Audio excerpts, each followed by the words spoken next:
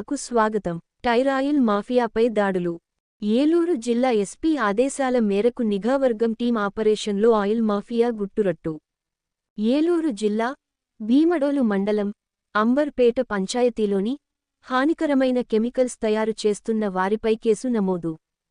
టైరాయిల్ mafia గుట్టురట్టు చేసిన భీమడోలు పోలీసులు.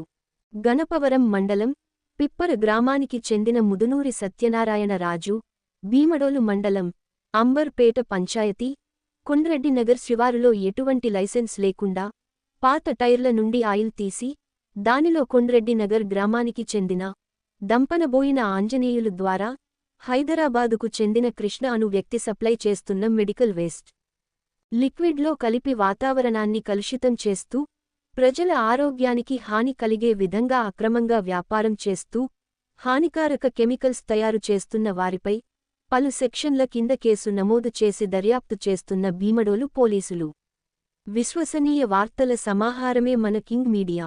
దయవుంచి మన కింగ్ మీడియా ఛానల్ను లైక్ చేయండి, షేర్ చేయండి, సబ్స్క్రైబ్ చేయండి. మరి కొందరితో చేయించండి. ధన్యవాదములు.